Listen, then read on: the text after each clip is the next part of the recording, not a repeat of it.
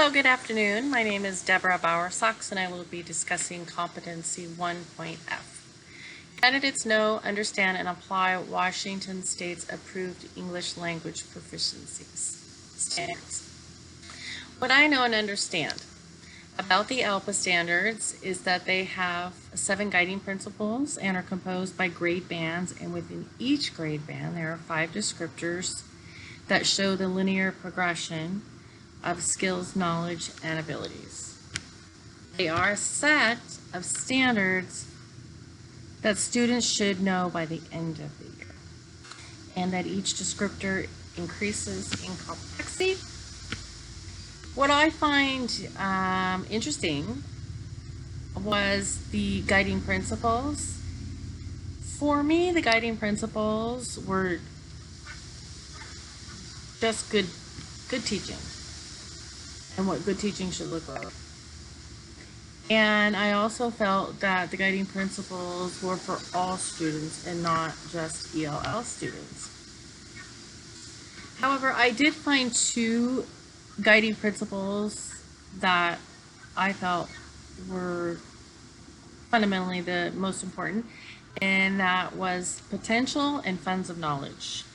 I was also glad to see that they were the top 2. I believe that all students have potential, and with that is our ELLs, of course.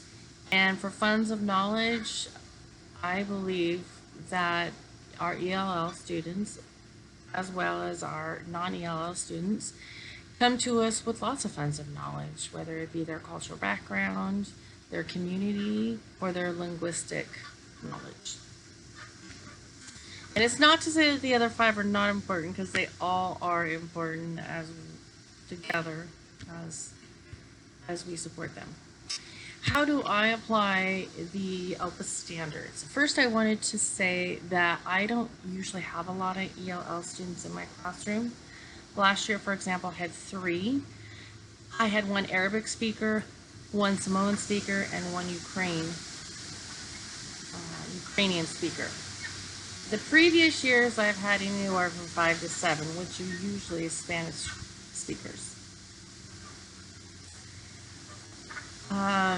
So the ELPA standards are something that I am currently working on in getting better at understanding them and learning more about how they tie together with the core state standards. So last year, our 4th grade team determined our priority standards, and we decided that RI and RL 4.1, finding details and examples in a text and also drawing inferences, and 4.2, main idea and summarizing the text. Both those 2 standards fit into the ELPA standard of 4-5.1. So our team made that our primary focus, as that was our big priority standard. So I would say that most 4th graders struggle to explain and explicitly state what text says and finding text evidence in general. It's something that you need to practice with them every day. You need to give them lots of exposure and in different ways, a different medium or media forms. We did a lot of work last year using Journey's curriculum. We did a lot of work last year with this standard, and we used the Journey's curriculum as well as other authentic texts to help identify the key details in text evidence, and we provided scaffolding for all students. And I know that some of my kids made progress in this standard, but I also know some of them were still struggling as we went into shutdown in March. I tried as best I could to keep that going through some online websites. However, I didn't see the progress I would have had. We would have been in school in regards to that standard.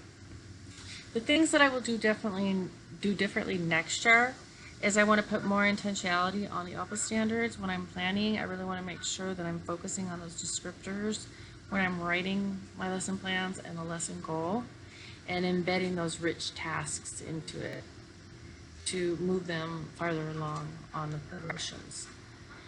One idea I came up with as I was reading the ALPA standards again and reflecting, I thought, wow, I could take this ALPA standard, or the ALPA standards, and turn it into a rubric. And maybe initially I would just use it to identify where they currently are when they come to me at the beginning of next year.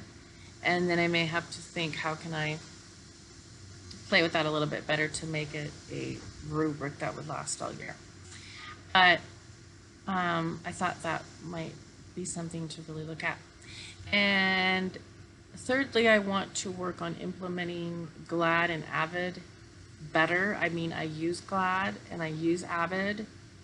I don't necessarily use all of them, but I use parts of them, and I just want to get better at embedding more and more.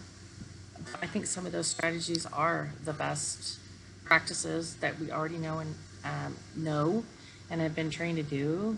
And I think that just the intentionality of getting those in and across content is really going to be a way to move them along progression, the progression. And then finally, I just wanted to mention a couple things that I saw was interesting in the ALPA standards in the document. It was before you got to the grade band standards, I believe. So there was a question that addresses the 5 ELP levels. And that question is, what might an ELL's language use look like at each ELP level as he or she progresses toward independent participation in grade appropriate activities? I thought, oh, that's a really great question just to keep in mind as you're planning. You know, what does their language look like at level 1? What will it look like at level 3? And 4 and 5 and so forth as they do gain that independent learning. And lastly, another interesting point I read was that ELL status is a temporary status. So the level doesn't identify the student, but the language does. And I thought that was pretty impactful, just to keep in the back of one's mind. Oh, yeah, that's true.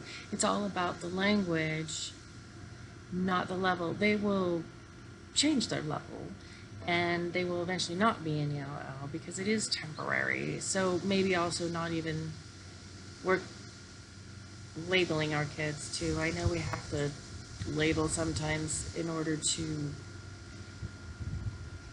get to plan and to move things forward. We sometimes have to use labels, but maybe there's a way to think differently and think about what those labels may be saying. So that's kind of my takeaway of this competency.